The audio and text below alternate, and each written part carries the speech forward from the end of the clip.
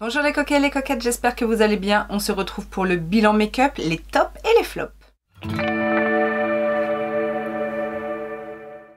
Comme le temps passe vite, profitez de chaque instant parce que le temps passe tellement vite que il faut vraiment savourer chaque minute de cette vie.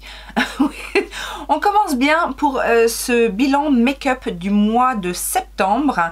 Alors j'ai décidé de procéder différemment aujourd'hui. On va faire les flops, les bofs et les tops.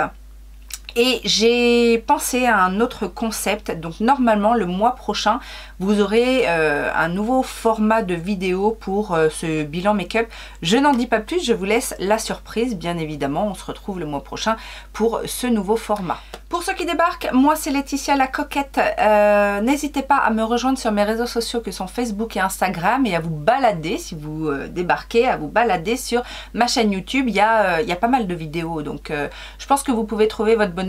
Vous avez un onglet recherche, hein, donc si vous avez une petite recherche, hop hop hop, vous tapez et si j'ai des vidéos sur le sujet, elles remonteront à la surface. Puisqu'on est dans les rappels, n'hésitez pas à vous abonner, même si vous me regardez depuis longtemps et que vous n'êtes pas abonné, n'hésitez pas à le faire, créez votre compte si ça n'est pas encore fait, parce que je sais qu'il y a beaucoup de personnes qui regardent qui n'ont pas de compte YouTube. Ça prend 2 secondes hein, de créer un compte YouTube, vous n'êtes pas obligé de remplir tout un formulaire, hein, on n'est pas à la CAF, donc créez votre compte, abonnez-vous et comme ça après vous pourrez interagir de toutes les manières possibles, laisser des commentaires, mettre des pouces, mettre voilà, des j'aime sur les commentaires des autres, voilà, on est là pour partager de toutes les manières possibles.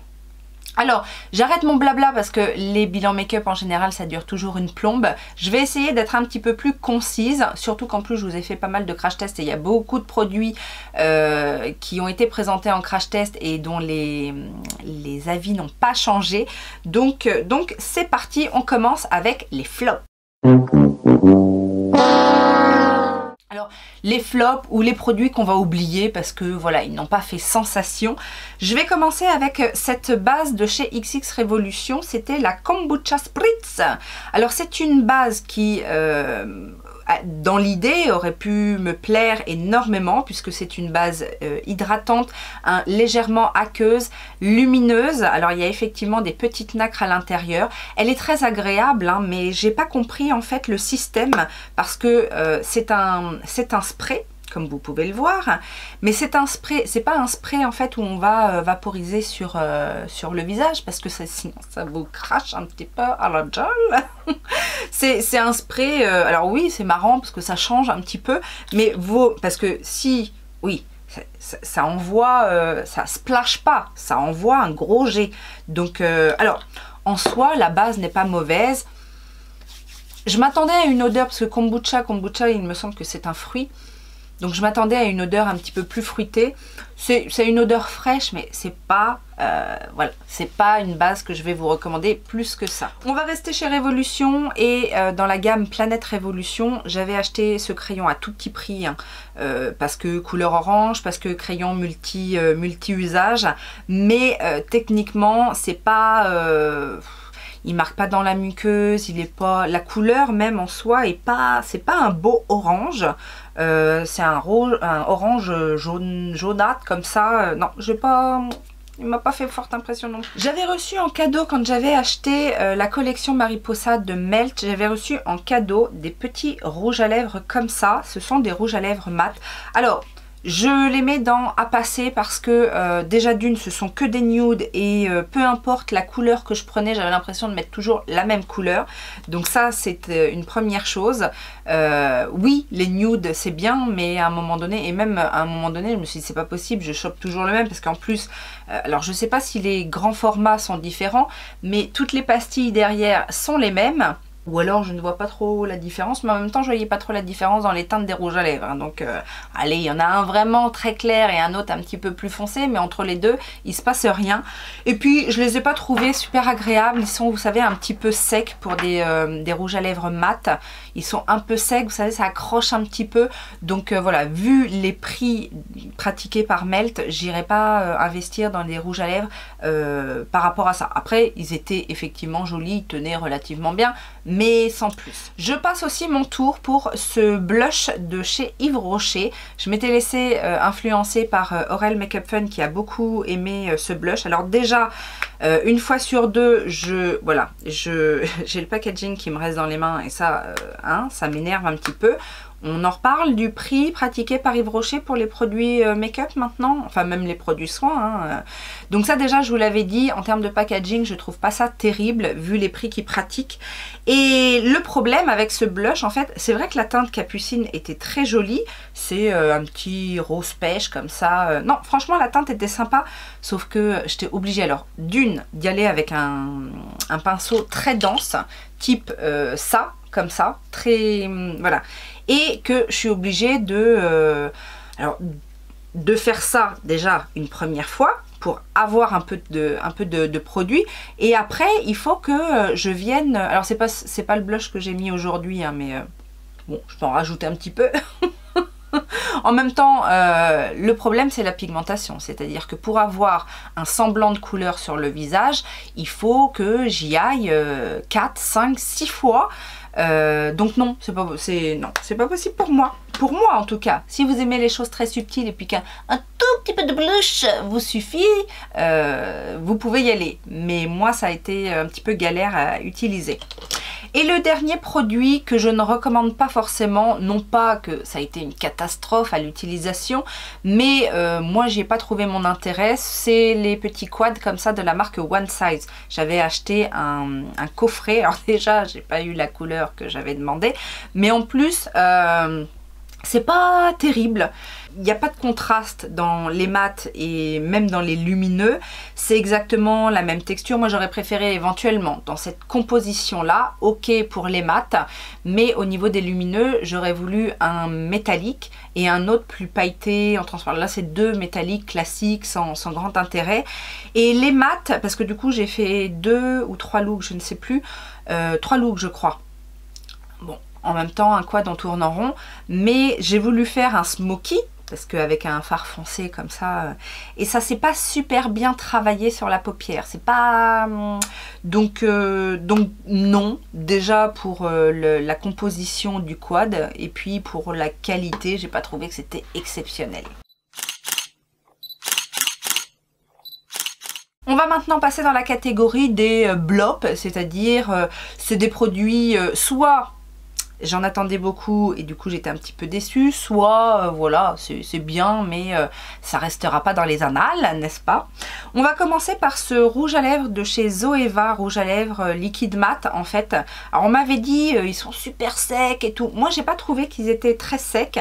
Maintenant, alors j'ai bien aimé la teinte, je l'avais eu en cadeau dans ma dernière commande Zoeva, c'est la teinte Calm Void, donc vous savez c'est ces taupes un peu... couleur un peu froide, j'aime beaucoup. Je les ai pas trouvés si asséchants que ça, mais c'était pas non plus top. Bref, pas d'intérêt non plus à aller chercher des rouges à lèvres liquide mat chez Zoeva. J'en ai bien d'autres ailleurs. Le petit crayon contour des lèvres de chez Yves Rocher a bien fonctionné, la pigmentation est bonne, ça tient bien. Je les trouve peut-être un tout petit peu secs. Je vois par rapport à... Alors, on n'est pas loin du même prix, bon, sauf ça on peut avoir des promos, mais je veux dire encore une fois, c'est pas un produit qui est, on parle pas d'un contour des lèvres à 5 € chez Yves Rocher. Et je vois par exemple aujourd'hui j'ai utilisé ceux de chez KVD, sont beaucoup plus crémeux, en ayant une belle intensité, ils tiennent tout aussi bien, ils sont un petit peu plus faciles à utiliser en fait. Mais sinon... ça, j'ai pas trop, enfin j'ai pas eu de soucis avec, mis à part que voilà, je les trouve un petit peu cher et un petit peu sec à l'utilisation. Rapidement, je vous reparle de ce rouge à lèvres Matte Révolution de chez Charlotte Tilbury que j'ai en teinte So 90s. Très très beau rouge à lèvres. Alors les rouges à lèvres en raisin comme ça Matte Révolution chez Charlotte Tilbury ne sont pas mat, mais ils ont l'avantage d'être confortables. Ils glissent sur la lèvre contrairement justement au melt. Ils ont une très bonne tenue, enfin moi c'est mes préférés parce que je préfère l'effet un petit peu mat plutôt que crémeux je sais plus comment ils s'appellent les autres, enfin bon bref. Et toujours dans les lèvres, j'ai testé ce rouge à lèvres liquide de chez Pixi. Alors la teinte était super flashy, bien intense, pour ça c'était très bien. Maintenant j'ai pas trouvé non plus qu'ils étaient exceptionnels. Confortable, oui, tenue correcte. Le plus du produit, c'est effectivement l'intensité. L'application est très agréable, mais pareil, j'ai pas eu de coup de cœur. On va commencer à parler des produits qui m'ont un petit peu déçue. Le correcteur de chez Charlotte Tilbury, le Beauty Skin Radiant Concealer. C'est un flop chez moi pour le côté correcteur parce que je vous l'expliquais dans ma vidéo où je vous ai crash testé ce produit. Il n'évolue pas bien sur mon contour des yeux. Alors, le rendu à l'instant T est très bien. Ça illumine, ça lisse, vraiment il y a un beau rendu instantané. Mais on va dire au bout d'une heure déjà, je sens que ça assèche mon contour de l'œil, ça peut migrer. Alors j'ai essayé de le poudrer, je l'ai porté non poudré. Alors poudré, il tient mieux au niveau du lissage, mais ça assèche. Non poudré, il tient pas bien et en plus de marquer le contour de l'œil, il s'implante dans mes ridules et je suis obligée en fait de le tapoter tout au long de la journée pour, voilà, pour le remettre en place. Donc de ce côté-là, je suis déçue. Par contre, j'ai trouvé un autre moyen de l'utiliser. Je l'utilise en illuminateur en fait. Donc j'en mets, alors pas au niveau du dessous des yeux, mais là au niveau pour couvrir en fait, pour couvrir et illuminer un petit peu au centre du front, parfois sur l'arête du nez, un petit peu montant. Voilà, je l'utilise pour du contouring, surtout quand j'utilise un fond de teint ou un skin tint, comme je vais vous en présenter quelques-uns qui n'ont pas une extrême couvrance. Là du coup ça vient non seulement couvrir un petit peu mes taches pigmentaires, mes imperfections, et en plus illuminer de par la couleur. Donc c'est comme ça que je vais l'utiliser pour pas avoir mis cet argent en l'air. Mais voilà, pour moi c'est pas une réussite, il y en a d'autres qui ont beaucoup mieux fonctionné. Petite déception également, mais c'est par rapport à mes attentes, le produit de chez Iconic London, le Super Smoother Blurring Skin Tint. Alors par rapport à mes attentes, par rapport au nom, avec le nom je m'attendais à un truc qui allait me faire une peau de bébé. Mais c'est pareil, c'est un produit qui va avoir un aspect très naturel, qui va illuminer naturellement la peau. C'est pas un produit très glowy, etc. Il n'y a pas une forte couvrance, c'est vraiment un truc léger qui va un peu sublimer la peau, mais qui va pas non plus faire un effet Photoshop. Donc on se calme hein, sur les superlatifs Iconic London. Mais c'est pas, voilà, c'est pas un mauvais produit en soi. Autre produit qui m'a bien plu, mais j'ai pas été non plus transcendée, c'est le touche de teint dans la gamme Les Beiges de Chanel. Pour le prix, excusez-moi, mais c'est pas... alors oui, c'est très léger, c'est très... on a l'impression de se mettre de l'eau sur le visage. C'est effectivement un petit peu plus couvrant que l'eau de teint qui fait juste un voile. En fait, là, il y a une petite couvrance. Une couvrance qui est pas... Enfin, moi, je trouve que c'est pas super modulable. Hein. C'est-à-dire qu'à un moment donné, que ce soit au doigt, au pinceau, à l'éponge, bon, au bout d'un moment, on n'arrive pas à avoir une couvrance moyenne. Ça reste... Enfin, si, on a une couvrance moyenne, mais c'est pas très modulable. Voilà, c'est tout ce que je veux dire. J'ai essayé... Hein, certes, il est très agréable, le petit pinceau là, mais j'ai essayé de le... En fait, j'avais passé une première couche à la main et après je me suis dit, bah tiens, comme il est petit, on va s'en servir pour moduler les endroits qu'il faut, quoi. Très fastidieux hein, d'étaler son truc avec ça, c'est tellement petit. Par contre, je crois que je vais le garder pour le dessous de l'œil. Donc voilà, c'est un produit qui à la base coûte 70 balles. Alors moi j'ai eu de la chance de l'avoir à 40 et quelques euros, 42 ou 44, je sais plus. Mais pour le prix, bon, c'est Chanel, ok. Mais je m'attendais à mieux sur le rendu en fait final de la peau. Parce que techniquement, ça fait une peau nue, légèrement unifiée. Mais j'aurais bien aimé un petit coup de petit coup de boost au niveau du lissage de la peau. Je sais pas. Je trouve que ça vaut pas son prix en fait.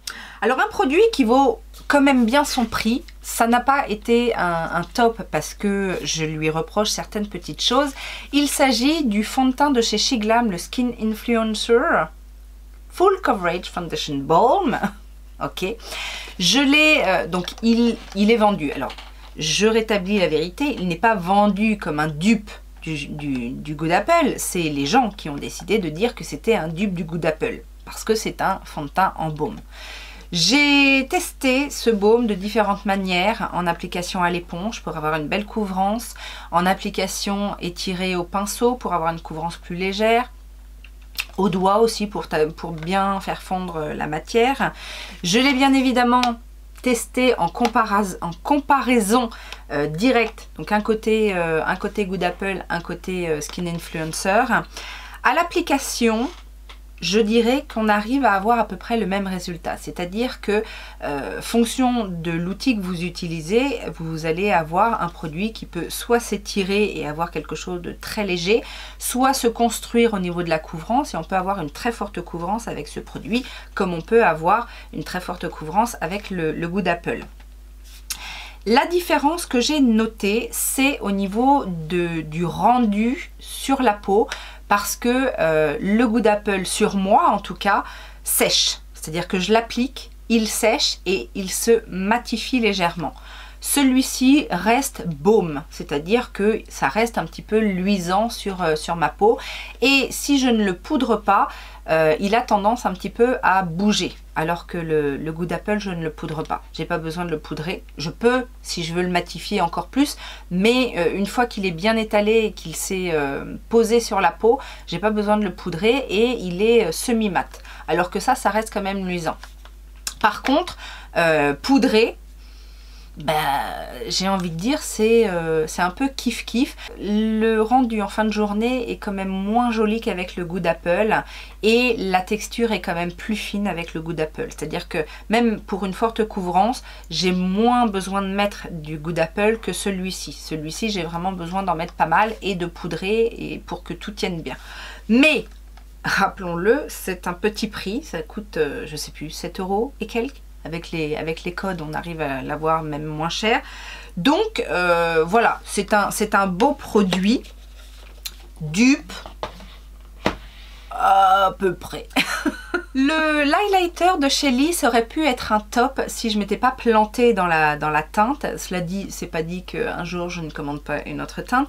Cela dit, même cette teinte Fearless, qui est la teinte Warm Bronze, que je pensais pas utiliser en highlighter, je l'ai utilisé en highlighter et ça fonctionne. J'arrivais à bien le fondre, c'était un peu doré, donc effectivement pour la période hivernale là ce sera pas joli, ça risque de trop se voir sur mon teint qui va débronzer, mais en soi c'est un beau produit, donc très bel highlighter, petit prix, marque Clean. On aime. Et j'ai beaucoup aimé aussi celui de chez Révolution dans la collection Simpson. Rien à redire. J'ai bien aimé le fait qu'il y ait deux teintes qu'on peut mixer, où on prend plus l'une ou plus l'autre. Seule, je préfère la teinte un petit peu pêche là sur ce côté-là. Mais mélangé, c'était très bien. La poudre est fine, j'ai pas eu de soucis. Ça c'est pareil, on n'en reparle pas plus que ça. Les comment ça s'appelle, les Galactic Lid Gloss de chez Aiko. Sur le site officiel, ils sont vraiment moins chers qu'ailleurs, puisque je crois qu'ils sont à 8 € et qu'on peut avoir des codes, des cashbacks et compagnie. Moi c'est comme ça que je les avais achetés. Parce que je regardais, j'avais souvenir d'un petit prix et je crois que sur Look Fantastic c'est bien 17 ou 18 €. Donc n'achetez pas ces trucs là à 17-18 €. Sur le site Aiko vous avez des offres plus intéressantes. Alors c'est pareil, j'ai bien aimé utiliser ces produits là en topper. Maintenant c'est pas voilà, c'est pas la révélation du siècle dans ce style de produit. Vous avez aussi les fards Beauty Bay qui sont moins chers, qui vont avoir à peu près le même rendu de fards un petit peu pailletés comme ça.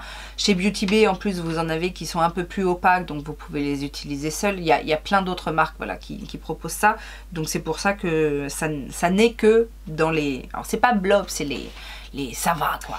Je mets également ce produit de chez Nabla parce que je ne m'attendais pas à ça. Ce sont les Cream Color and Glassy Balm for Cheeks and Lips. Et j'ai la teinte Flushed Terracotta. Alors, c'est un fard crème. Et ici, on a un baume transparent. Je pensais pas en fait que c'était transparent, mais je m'étais fait un petit peu avoir. C'est-à-dire que là, on a un produit qui peut servir de blush crème, qui peut servir aussi sur les lèvres, mais moi je ne l'ai pas trop utilisé sur les lèvres. Et là, on a clairement un baume transparent. Alors, le produit pour... j'aime beaucoup la teinte, qui peut servir effectivement et de blush et de bronzer, hein, vu la teinte. Ça fonctionne très très bien.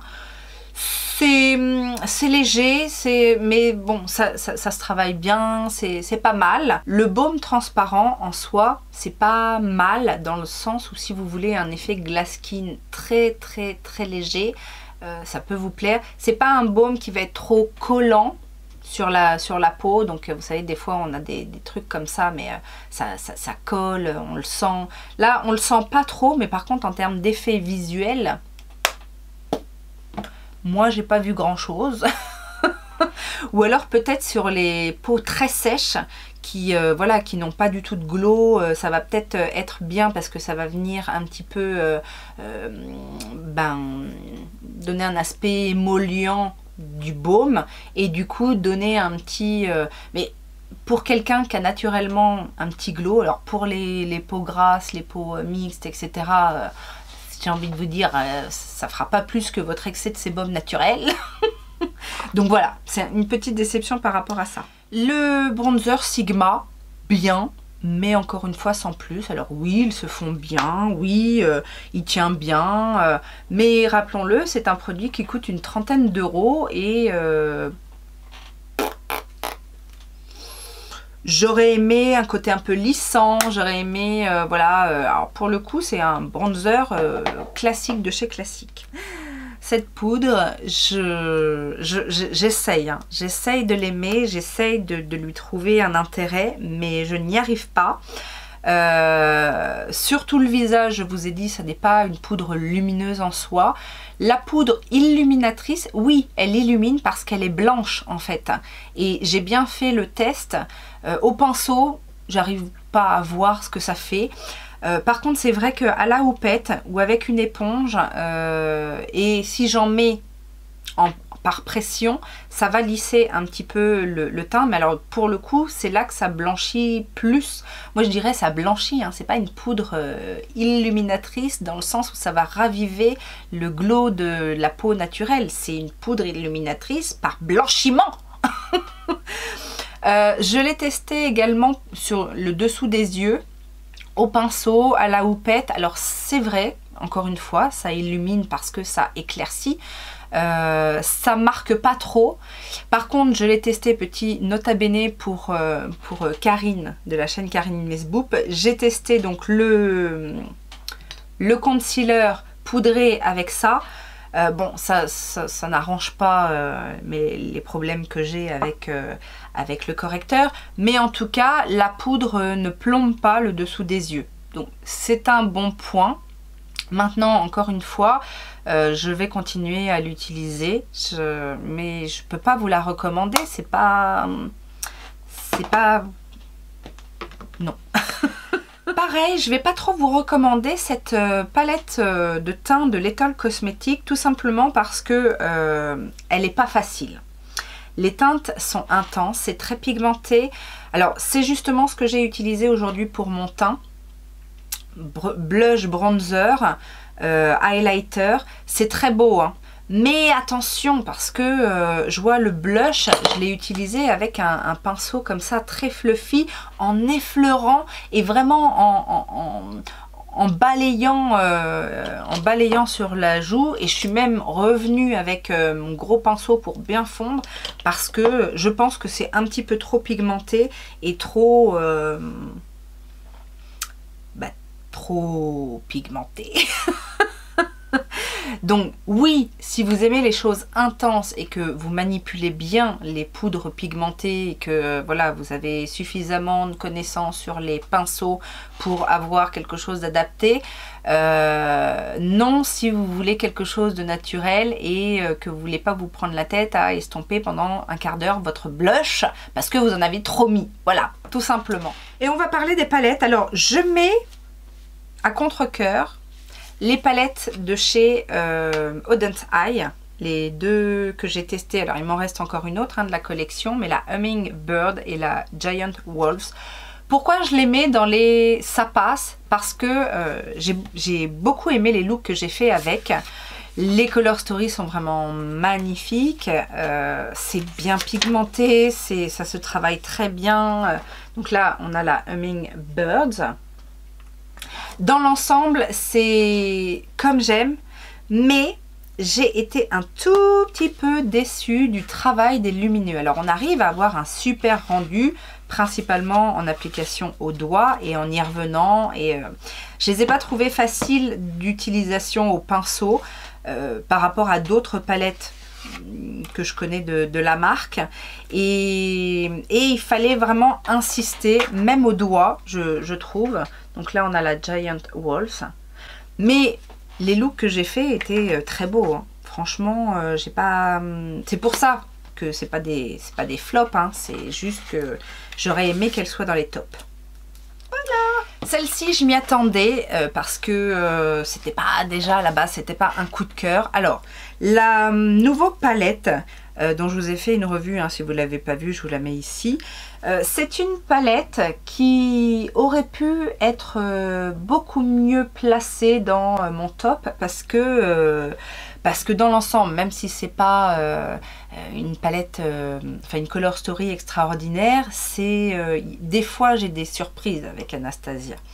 Là, le problème c'est que les looks que j'ai fait m'ont plu, mais j'ai eu un petit souci de tenue sur plusieurs looks. Donc je pense que principalement j'ai fait un look en fait avec une base avec cette teinte là qui me plaît, hein. La teinte est superbe, j'adore la texture du fard parce que ça se travaille merveilleusement bien, mais en base avec un autre fard qui était un fard Little Cosmétique d'ailleurs. À la fin j'avais un amas, ça avait filé etc, alors que je n'ai pas ce genre de problème. Et ça m'est arrivé également avec d'autres looks où j'avais pas mal de lumineux, donc bon, c'est un petit peu décevant dans le sens où je n'ai pas trop de problèmes avec les fards en règle générale, que là c'est quand même une palette Anastasia et que on s'attend quand même à avoir, et que j'ai une base ou pas, hein. C'était pareil avec une base ou sans base, donc voilà, c'est une petite déception parce que pareil pour le prix, hein, Par contre, aucune déception sur l'utilisation de la palette comment elle s'appelle, Divine Neutrals de Morphe en collaboration avec Jaclyn Hill. Je l'ai pas mal utilisé, moi qui ne suis pas neutre à la base, mais je l'ai pas mal utilisé et j'ai eu aucun souci d'utilisation. Après, bien évidemment, ça n'est pas dans mes tops parce que ça reste une palette de neutre. Mais pour rappel, moi je l'ai eu à 6 € et que pour 6 €, c'était bien pratique. En plus, c'était bien pratique de l'avoir parce que j'avais des fards à l'unité, des fards duochrome à utiliser, à tester, et que ça me permettait de faire mon cadre. Et j'ai fait des looks avec que cette palette. J'ai fait un look tout mat, j'ai fait un espèce de smoky, enfin bref, fonctionne très bien. La petite surprise de ce mois-ci en palette, bon, c'est pas non plus un top, mais franchement, j'ai bien aimé les looks que j'ai fait. C'est la palette Lion King de Révolution. Hakuna Matata. La palette Hakuna Matata. Color story un peu particulière. Bon, c'est du Révolution, on sait jamais si ça va être top ou bof. Et là, franchement, j'ai été inspirée, j'ai fait des super looks qui ont beaucoup plu, en plus, qui ont eu grand succès sur Instagram. Je l'ai trouvé versatile, j'ai réussi à faire des trucs plutôt neutres, intenses, j'ai joué avec les couleurs les plus vives, etc. Et ça s'est super bien travaillé. Alors oui, ça se travaille un petit peu plus... c'est pas, voilà, c'est pas du intense au premier passage, etc. Mais on arrive quand même à avoir des choses super sympas. Donc j'étais contente, quoi. Kuna Matata. Et on va passer maintenant au top du mois. Et alors, il y a quand même pas mal de choses. C'était pas une découverte, mais je les remets vraiment en haut de ma liste parce que j'adore ces produits. Je pense que je vais m'en acheter d'autres teintes. Ce sont les Superstay Vinyl Ink de Maybelline. Là, c'est la teinte royale. Et c'est la tenue. En fait, le côté intense de la couleur, la tenue, c'est pas trop le côté vinyle parce que je vous ai déjà dit, je trouve pas qu'il soit hyper shiny, hyper vinyle, quoi. Ils sont lumineux, on dirait des rouges à lèvres crémeux, mais par contre la tenue de ces trucs c'est incroyable. Celle-ci en plus, la teinte royale est plus intense que la teinte que j'avais, c'était quoi l'autre teinte? Peachy? Non, c'est pas Peachy, c'est une teinte que... Lippy, voilà. Peachy, c'est une teinte que j'ai en mémoire pour prochain achat. Donc celui-ci, comme il est intense, bah, c'est un peu la même couleur que ça, mais là c'est pas celui-là, c'est un rouge à lèvres de ma rotation. Mais j'ai l'impression qu'en plus ils sont foncés et plus ils tiennent, mais limite c'est difficile. Après une journée de tenue sur les lèvres, ils sont difficiles à enlever à l'huile démaquillante. Donc c'est impressionnant.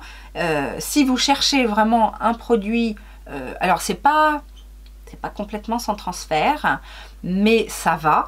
Et non, franchement, j'adore ces trucs-là. Le Peach Gasm de chez Charlotte Tilbury, là, en eye blush. Bah écoutez, j'avais les highlighters, j'avais le contour. Je confirme que ces produits-là sont vraiment très très bien. Alors moi, j'ai pas trop de problème avec l'embout mousse. C'est pas... J'ai plus de mal avec des embouts mousse pour un correcteur, par exemple, que pour les joues. Moi, je trouve que ça se travaille bien. Ça tient bien hein, pour un truc qui est censé être... j'allais dire mouillé, mais vous voyez ce que je veux dire, un peu crémeux. Ça tient relativement bien, tout comme le... J'ai beaucoup aimé aussi comment ça s'appelle, Piloto Clip and Cheek Glow, que j'ai en Color of Passion. Je sais plus, si je vous l'ai montré, en fait, je croyais que je l'avais mis dans mes best-of du mois dernier, mais non, je vous l'ai montré en action ce mois-ci. C'est pour ça que je vous en ai déjà parlé. Eh ben, j'aime beaucoup. Et dans le même genre, j'aime beaucoup aussi celui de chez Honest Beauty. On n'est pas dans le même prix, on a à peu près la même teinte, sauf que ça c'est un peu plus pigmenté. Ce sont les Lit Powder Blush et j'ai la teinte Femme qui est une très belle teinte. Alors je l'ai beaucoup utilisée parce que ce mois-ci j'ai fait pas mal de looks où j'avais les joues de poupée, c'était souvent avec ce blush là. Pareil, vaut mieux l'utiliser avec un pinceau assez fluffy. Pas pinceau trop dense parce que je vous dis c'est quand même bien pigmenté, mais ça se fond bien, ça tient super bien, la texture comme ça poudre crème, c'est très agréable à manipuler. Donc ça c'est pareil, je peux en racheter d'autres teintes. Je vous l'ai dit, gros coup de cœur sur ce bronzer liquide de chez Révolution. Là c'était chez les Simpsons, c'est la teinte Radiant et j'ai beaucoup aimé la teinte un peu rougi comme ça, très bon bronzer liquide. Les petits Color Fix, je vais dire Color Stick de Danessa Myricks. Écoutez, ça tient extrêmement bien, ça se travaille extrêmement bien.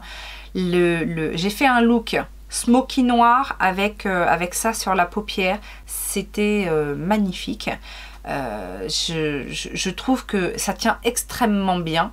C'est utile, c'est utilisable sur les yeux, sur les lèvres, sur les joues, enfin sur ce que vous voulez. Ça tient très bien partout. Alors celui-ci sur les joues peut-être pas, mais en topper de rouge à lèvres, je ne l'ai pas fait, mais j'y ai pensé.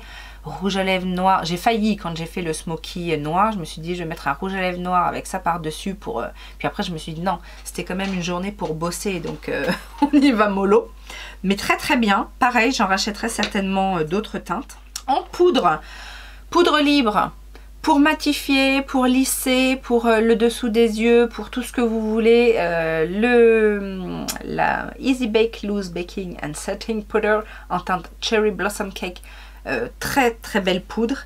Et je vous en ai aussi parlé rapidement entre deux entre deux dans une vidéo.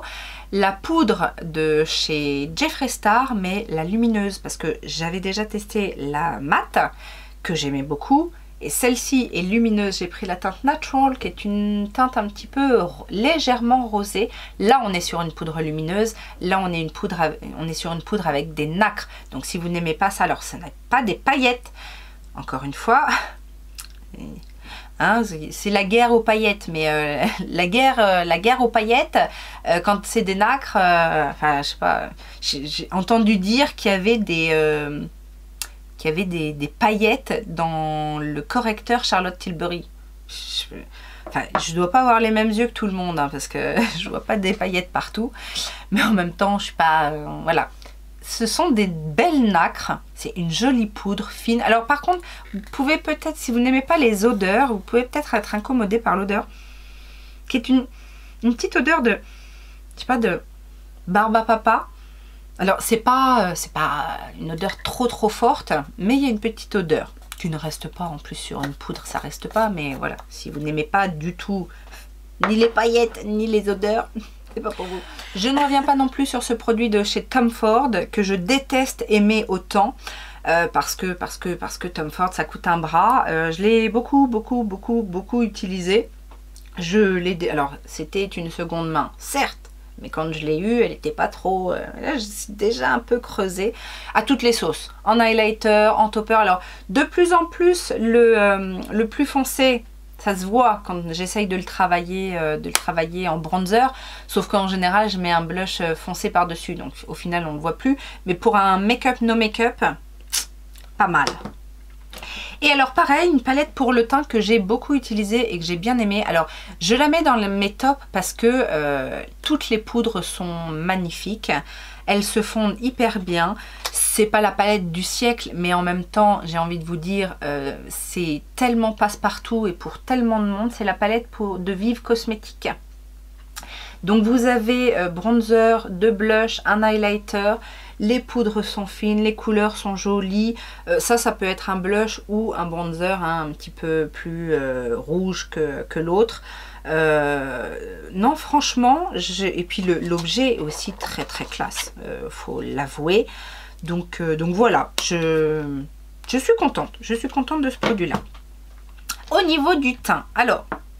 je vous l'ai dit et ça s'est confirmé, la base Underglow, base lissante d'Iconic London est une pure merveille. Ça lisse, ça vous rend la peau toute douce, c'est légèrement parfumé, c'est très agréable, ça fait un joli glow. Toutes les matières que j'ai pu mettre par-dessus se sont hyper bien comportées pour la tenue, pour le rendu de la peau, etc. Donc non, c'est un gros coup de cœur. Le petit bémol, c'est le conditionnement en flacon pompe. Parce que avec ce genre de choses, des fois... alors maintenant, ce que je fais, c'est que je pompe pas trop. Je viens juste récupérer sur le bord. Parce que si vous ne faites pas ça, vous pouvez en mettre voilà, sur les bords du bouchon. Et ça peut... voilà. Mais bon, ça, c'est le problème des flacons pompe. Dans mes tops, j'étais obligée de mettre les produits Jaclyn Cosmetics parce que j'ai adoré ces produits teints. Le skin tint en fait est un beau skin tint avec une belle couvrance naturelle, un joli rendu, poudré, pas poudré, on peut moduler, il fait une belle peau tout au long de la journée, c'est très confortable, ça tiraille pas, ça fait pas ça file pas dans les plis, bref, j'ai adoré l'utiliser. Mais j'ai encore plus adoré le concealer. C'est encore celui que je porte aujourd'hui. Alors la teinte est un peu claire, donc il illumine, il lisse, il tient très bien, il ne m'assèche pas, il évolue bien.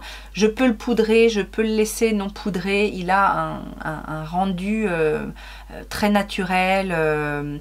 Et pour vous dire que je l'aime, j'en ai racheté une autre teinte. Parce que ça faisait longtemps que j'avais pas eu un coup de cœur sur un correcteur et en comparaison de celui de Charlotte Tilbury, ça n'a rien à voir par rapport à la tenue. En fait, à l'application, le rendu va être le même.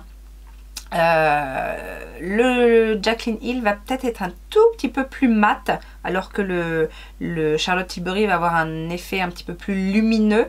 crémeux, mais on est sur le même type de matière, on est en plus au niveau des teintes, on est sur les mêmes teintes à peu près, donc j'ai le même rendu, illuminateur, etc. Mais en termes de tenue, rien à voir.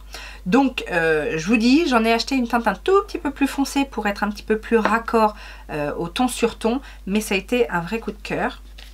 Et l'autre produit coup de cœur, c'est celui que je porte encore aujourd'hui, c'est le fond de teint Hourglass, le Ambient Soft Glow Foundation.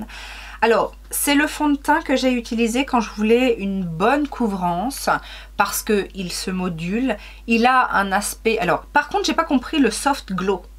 Pour moi, il est semi-mat.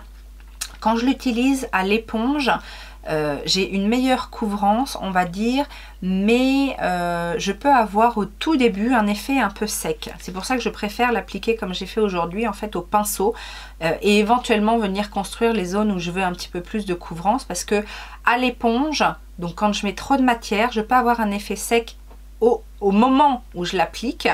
Par contre, au cours de la journée, en fait, il se régule et avec la sécrétion de sébum ou avec la vie tout simplement, il redevient très, très souple avec un effet un petit peu plus naturel qu'à l'application.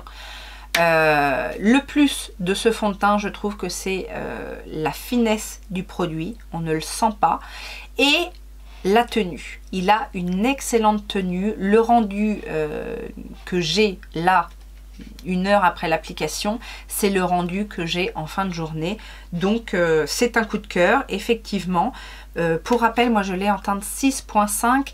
C'est la bonne teinte pour actuellement, mais ce sera peut-être un petit peu trop foncé pour cet hiver. Et on va terminer avec les palettes. J'ai 2 palettes coup de cœur. Alors 2 palettes, non. Premier coup de cœur, ce sont les fards Little Cosmetics, vous savez, les fards duochrome.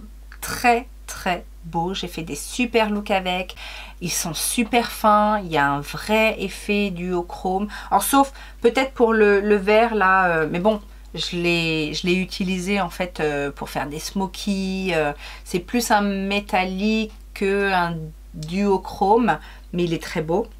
Alors là il est avec les... J'ai pas testé, ça c'est les Glam Shop, je les ai pas testés encore les Glam Shop, mais en termes de texture déjà les Little sont beaucoup plus fins. On peut les mettre en aplat pour avoir quelque chose d'intense, on peut le mettre juste en voile pour avoir quelque chose de plus léger et subtil. Non franchement j'ai adoré travailler avec ces fards. J'ai fait un look aussi avec uniquement les fards, sans en faire de cadre, voilà, pour voir un petit peu comment ça fonctionne très bien aussi. Et ma palette coup de cœur de ce mois-ci, c'est encore avec celle-ci que je me suis maquillée. Il s'agit de la palette Melt Mariposa. Alors, le packaging est superbe, la color story est superbe, la qualité est très très bonne. Et je trouve que par rapport aux autres Melt que j'ai déjà testé, je trouve que les fards sont un petit peu plus faciles à manipuler que ce dont j'ai l'habitude. Parce qu'effectivement, Melt, on reproche souvent que les fards sont pas faciles à manipuler parce que très intenses, très pigmentés, avec cette texture un petit peu crème. Là, on est un petit peu moins dans la texture crème, mais ça reste une texture fondante, intense, qui se travaille bien, les lumineux sont beaux, l'harmonie des teintes permet justement de travailler. J'ai fait un look à un moment donné avec les marrons violets et j'ai rajouté un petit peu de vert parce que ça donnait un petit côté chrome. Enfin, oui, duochrome au make-up. Il y a des teintes plutôt neutres, il y a des teintes un petit peu violine, violette, parce que même aujourd'hui par exemple j'ai fait mon coin externe avec cette teinte là qui me paraissait marron et en fait j'ai un côté un petit peu aubergine en fait qui ressort. Non franchement j'ai adoré cette palette et je comprends pas qu'elle ait pas plus marché que ça, qu'on n'en ait pas plus entendu parler, parce que elle est magnifique, elle est superbe.